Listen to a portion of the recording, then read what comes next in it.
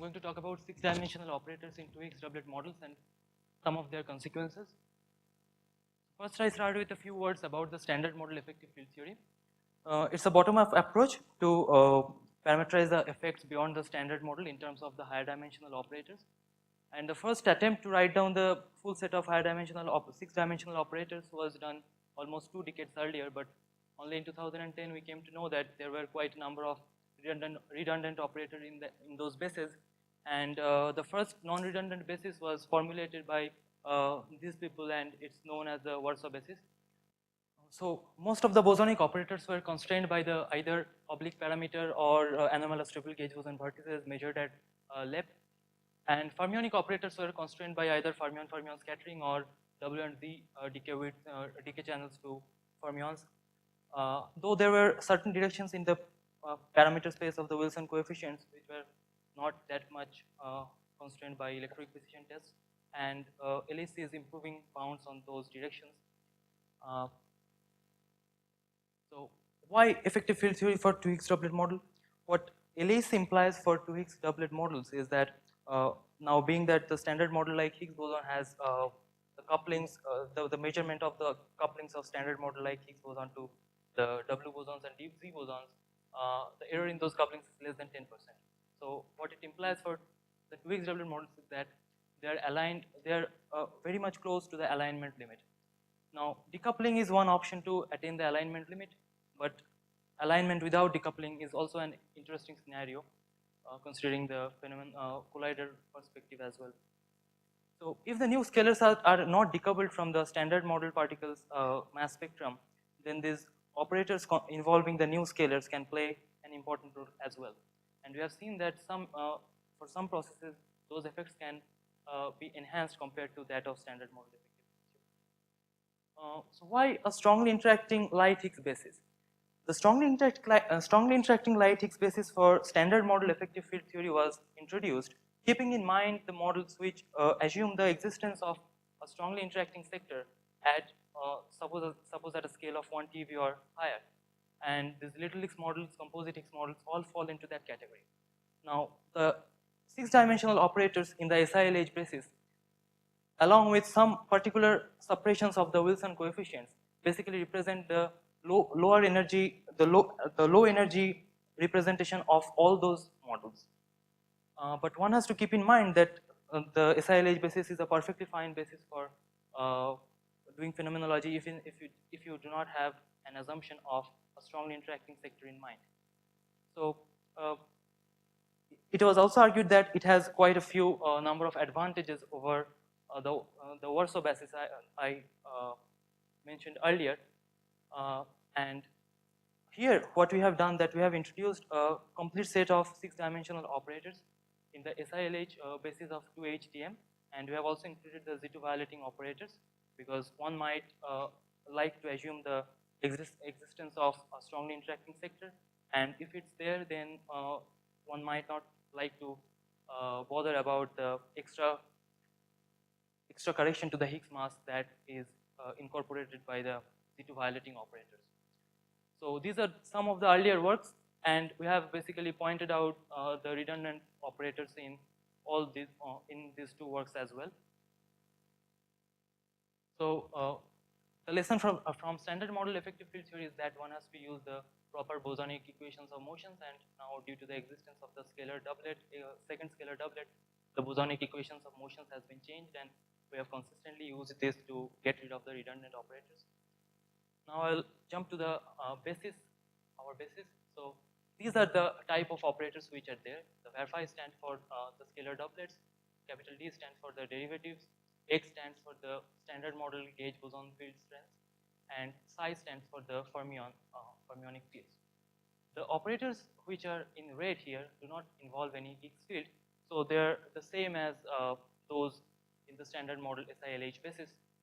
And as I have said that we have allowed the Z2 violating operators in our basis as well. So these are the operators for the first kind, and the ones in blue are the Z2 violating ones. So here what I have done is that in a very compressed manner I have written down all the operators in our basis, but I have let the psi to the power, the 4 fermionic operators because they are the same as that of standard model. And basically these first 4 operators are exclusive to the SILH basis. So there are total 12 operators if you consider the city violating ones as well. And the leptonic, the operators involving leptons here are not in this basis because we have traded them for these ones. So due to the existence of this kind of operators, the kinetic terms of the scalars get changed. What we have noticed in our basis is that the charged scalar mass matrix doesn't change due to the insertion of these operators, but the scalar and pseudoscalar sector get changed, and to take care of that, you have to take care of those things by these kind of redefinitions. And these will affect the mass diagonalization of the scalar mass matrices as well. So what we have seen that due to the inclusion of only 5, where 5 to the power 6 kind of operators, though the mass matrices change, but this nice structure of tan beta cot beta minus 1 keeps intact.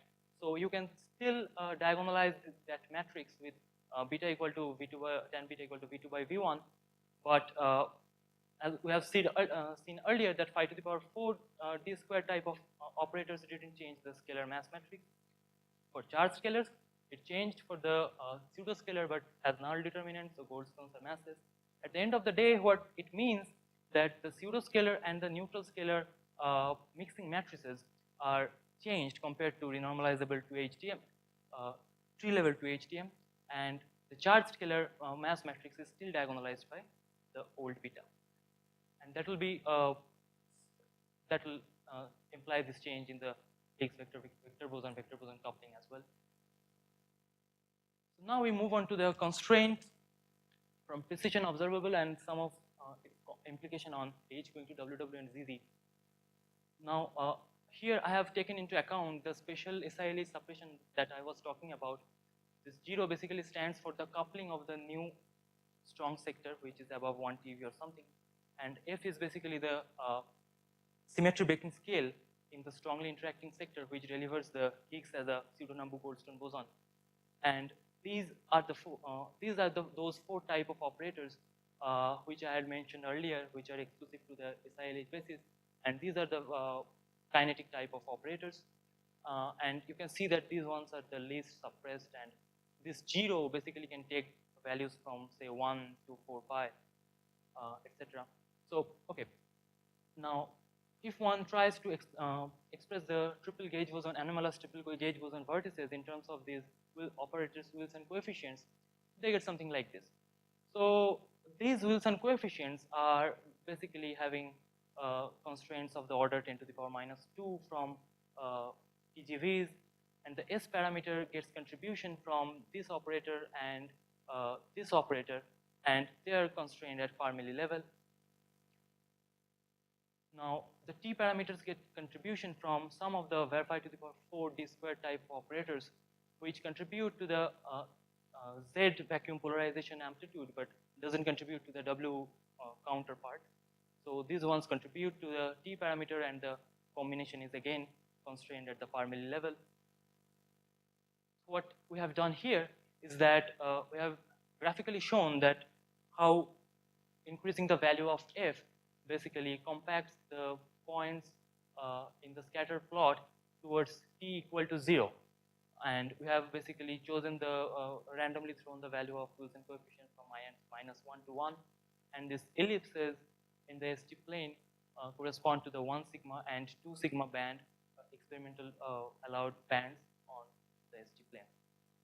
And in the right hand figure, what we are doing is that we are seeing that if we make the strongly interacting sector more and more strongly coupled, so this 0 equal to 1 so this 0 equal to 10 is of course the most strongly coupled scenario compared to this one, and what we have seen that the points are almost aligned to S equal to 0.